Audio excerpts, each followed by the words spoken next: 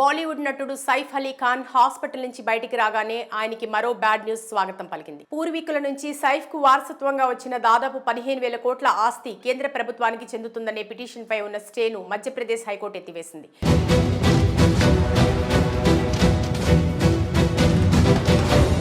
ఈ చర్యతో సైఫ్ అలీ ఖాన్ బాల్యంలో గడిపిన ఫ్లాగ్ స్టాఫ్ హౌస్, నూరుస్ సభా ప్యాలెస్, దారుస్సలాం, హబీబీ బంగ్లా, అహ్మదాబాద్ ప్యాలెస్, కోహే ఫిజ్రా ప్రాపర్టీతో సహా భోపాల్లోని పటౌడీ కుటుంబానికి చెందిన దాదాపు 15,000 కోట్ల విలువైన ఆస్తులన్నీ ఎనిమీ ప్రాపర్టీ యాక్ట్ 1968 ప్రకారం కేంద్ర ప్రభుత్వ ఆధీనంలోకి వెళ్లే అవకాశం కనిపిస్తుంది.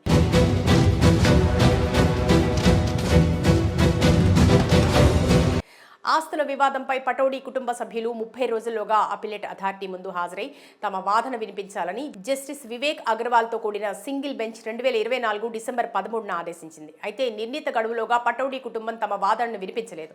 కోర్టు ఇచ్చిన టైంలోగా ఎటువంటి దావా వేయలేదు. ఇప్పుడు తమ వారసత్వ ఆస్తులను కేంద్ర ప్రభుత్వం స్వాధీనం చేసుకోకుండా ఉండటానికి డివిజన్ బెంచ్లో సింగిల్ బెంచ్ ఇచ్చిన ఉత్తర్వులను సవాల్ చేయడమే పటౌడీ కుటుంబానికి మిగిలి ఉన్న ఏకైక మార్గంగా కనిపిస్తోంది.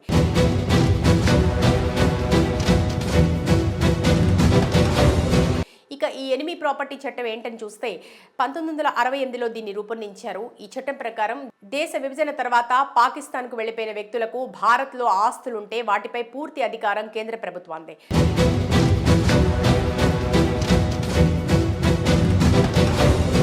1947 వరకు భోపాల్ రాచరిక రాష్ట్రంగా ఉంది.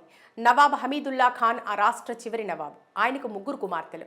నవాబ్ హమీదుల్లా ఆస్తికి చట్టబద్ధ వారసురాలు ఆయన పెద్ద ఏకైక కూతురు అబిదా కాగా ఆమె 1950లో పాక్కు వలస వెళ్లిపోయారు.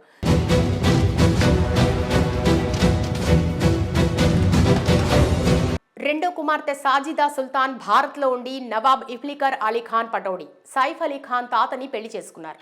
దాంతో ఆమె తన తండ్రి ఆస్తులకు చట్టబద్ధమైన వారసురాలయ్యారు. దీంతో సైఫ్ అలీ ఖాన్ ఈ ఆస్తుల్లో కొంత భాగాన్ని వారసత్వంగా పొందాడు.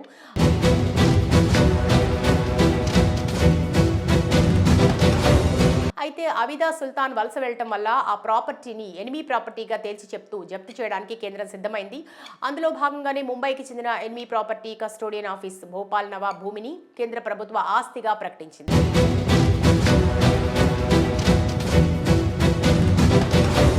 పటౌడీ కుటుంబానికి నోటీసులు కూడా జారీ చేసింది. ఈ నోటీసును సైఫ్ అలీ ఖాన్ సవాల్ చేసి ఆస్తి కేంద్రానికి దక్కకుండా స్టే తీసుకున్నారు.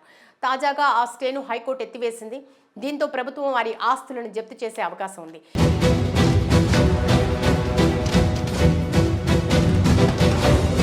ఇదిలా ఉంటే ఇటీవల దుండగుడి దాడిలో గాయపడిన సైఫ్ అలీ ఖాన్ లీలావతి ఆసుపత్రి నుంచి డిశ్చార్జ్ అయ్యారు. కత్తిపోట్లతో ఉన్న తనను ఆసుపత్రికి చేర్పించిన ఆటో డ్రైవర్ భజన్ సింగ్ రాజాను సైఫ్ అలీ ఖాన్ కలిశారు. అతన్ని కౌగులించుకుని థ్యాంక్స్ చెప్పారు.